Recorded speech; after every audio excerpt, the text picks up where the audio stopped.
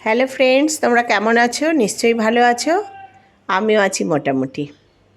আমি আজ তোমাদের জামাই ষষ্ঠী স্পেশাল একটা চিকেনের রেসিপি শেয়ার করব। চিকেন তো আমরা অনেক রকমভাবে খাই, আর চিকেনকে এখন মাছের মতো করেই অনেকবার বাড়িতে সপ্তাহের মধ্যে আসে। তাই তাকে একটু নতুন করে করলে কেমন লাগে? নিশ্চয়ই ভালো লাগে। আজ তেমনই একটি রেসিপি তোমাদের সাথে শেয়ার করব। নমস্কার বন্ধুরা, বনমালী কুকিংয়ের নতুন একটা ভিডিওতে সকলকে স্বাগত। আজ আমি চিকেন মহারানির রেসিপি তোমাদের শেয়ার করব। এর জন্য আমি 700 গ্রাম উইথবোন চিকেন বেছে ধুয়ে ভালো করে জল ঝরিয়ে নিয়েছি। জল ঝরানো চিকেনগুলো আমি একটা বোলের মধ্যে নিয়ে নিচ্ছি ম্যারিনেট করার জন্য। তোমরা পিসগুলো অনেক বড়ও করতে পারো, আমি মাঝারি সাইজের পিস করে নিয়েছি। এবার সব চিকেনটাই আমি ভালো করে জল ঝরিয়ে এরম বোলের মধ্যে নিয়ে নিলাম। নিয়ে এর মধ্যে আমি দিয়ে দেব ম্যারিনেট করার জন্য 1 চামচ লবণ, 1 চামচ গোলমরিচের গুঁড়ো, দেব পাতিলেবুর একটা রস, একটা পাতিলেবুর রস পুরোটাই আমি দিয়ে দেব। ম্যারিনেট করার জন্য এই লবণ, গোলমরিচের গুঁড়ো আর এই পাতিলেবুর রস ছাড়াও আমি এর মধ্যে দিয়ে দেব 2 চামচ মতো আদা আর রসুনের পেস্ট। দিয়ে দিলাম 2 চামচ আদা আর রসুনের পেস্ট। এবার এটা ভালো করে মেখে নেব। চিকেনগুলো এই উপকরণগুলো দিয়ে খুব ভালো করে মেখে আমি আধ ঘন্টা মতো রেস্টে রেখে দেব।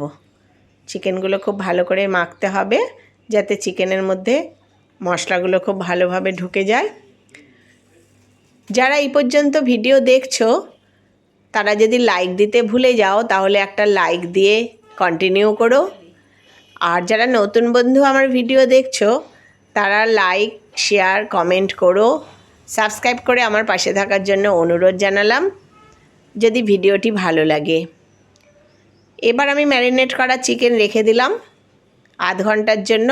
আর এখানে কিছু মশলা নিয়েছি, জায়ফল, গোটা জিরে, গোটা ধনে, আমন্ড বাদাম 4-5টা, গোটা গরম মশলা, কাজু বাদাম, অল্প একটু কসুরি মেথি, আর নিয়ে নিয়েছি এরকম শুকনো লঙ্কা। এইগুলো আমি একটা তাওয়ার মধ্যে ড্রাই রোস্ট করে নেব, অর্থাৎ শুকনোভাবে এটা একটু ভেজে নেব। প্রথমে লঙ্কা আর গোটা গরম মশলা, দারচিনি, লবঙ্গ, এলাচ আর জিরে আর ধনে এই উপকরণগুলো দিয়ে একটু নেড়ে নেব। একটু ভাজা হওয়ার পরে আমি ওই বাদামগুলো আর কসুরি মেথিটা দেব। হালকা এই সময় আঁচটা রেখে দেব। দিয়ে দিলাম কসুরি মেথি আর আমন্ড আর কাজু। এবার সবগুলো একসাথে করে একটু ভেজে নেব। দেখো আমার ভাজা হয়ে গেছে। এবার এটা নামিয়ে আমি অন্য একটা পাত্রে নিয়ে নেব। আর গ্যাসে কড়াই বসিয়ে দেব। কড়াইতে আমি দিয়ে দিয়েছি সাদা তেল। এই সাদা তেলেই আমি রান্নাটা করব। এবার 2টো মাঝারি সাইজের পেঁয়াজ আমি কুচিয়ে নিয়েছি। এখানে কোনো পেঁয়াজ পেস্ট আমি ব্যবহার করব না এই রান্নায়। এই কুচনো পেঁয়াজটা একটু ভেজে নেব। তবে পেঁয়াজ বেরেস্তা আমি বানাবো না, পেঁয়াজটা একটু মাঝারি রকমভাবে ভেজে নেব। আমার হয়ে গেছে পেঁয়াজ ভাজা। দেখো এই রকম একটু ভাজা হলেই আমি যে ম্যারিনেট করে রেখেছিলাম মাংসগুলো, সেই মাংসগুলো পুরো এর মধ্যে দিয়ে দেব। পুরো চিকেনটাই এর মধ্যে দিয়ে দিলাম। এবার চিকেনটা কষিয়ে নেব প্রায় 7-8 মিনিট ধরে। এটা কখনো গ্যাসটা একটু বাড়িয়ে বা কখনো মাঝারি রেখে চিকেনটা 7-8 মিনিট ধরে কষাতে হবে। এরকম নেড়ে আবার কখনো রেস্টে রেখে এই চিকেনটা কষাতে হবে। এমনি সময় আমরা যখন চিকেন রান্না করি সেরকম যখন চিকেন কষাই সেই রকমভাবেই এই পেঁয়াজের সাথে আর যে ম্যারিনেট করলাম আমি যে সকল জিনিস দিয়ে, আদা রসুন পেস্ট, গোলমরিচ, লেবুর রস, নুন, এই রান্নায় আমি কোনো হলুদ ব্যবহার করব না। এরকমভাবে চিকেনটা একটু কষাবো। আমার মতো করে এইরকম চিকেন একবার রান্না করে দেখো, দেখবে খুবই খেতে ভালো হয়। তখন বাড়ির লোক বারবার করার জন্য বলবে। এই দেখো আমার চিকেনটা কষানো এই পর্যন্ত হলে আমি এতে 4 চামচ মতো টক দই, অর্থাৎ 50 গ্রামের মতো আমি 700 চিকেনে টক দই নিয়েছি। আর যে মশলাটা আমি ভেজে নিয়েছিলাম সেই মশলাটা আমি মিক্সিতে গুঁড়ো করে নিয়েছি, সেই মশলাটাও দিয়ে দিলাম। এবার টক দই আর মশলার সাথে চিকেনটা ভালোভাবে মিশিয়ে নেব। টক দই যেহেতু দিলাম, এবার চিকেন থেকে একটু জল বেরিয়ে আসবে, মশলার তেলও একটু বেরোবে, সব রকমভাবেই এটা কষানো অনেকটা হয়ে যাবে।